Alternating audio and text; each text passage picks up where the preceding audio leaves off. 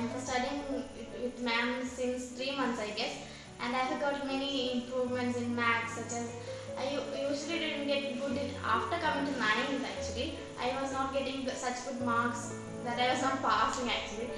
And after coming here, ma'am, she is very good at maths, so her explaining is also very simple and it's getting into our head very fast. And I have got many improvements in past these 3 months, only 3 months. And for my last exam, I got 50 out of 80, which was a really big achievement for me actually, because in the periodic first I got very low marks, which was below the pass mark, and this time I passed.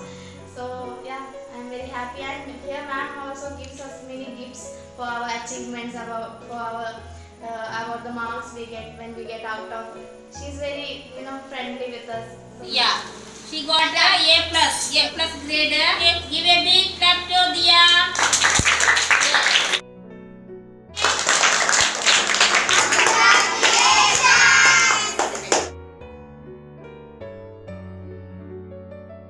He got 82% distinction mark in a second semester exam. Yeah.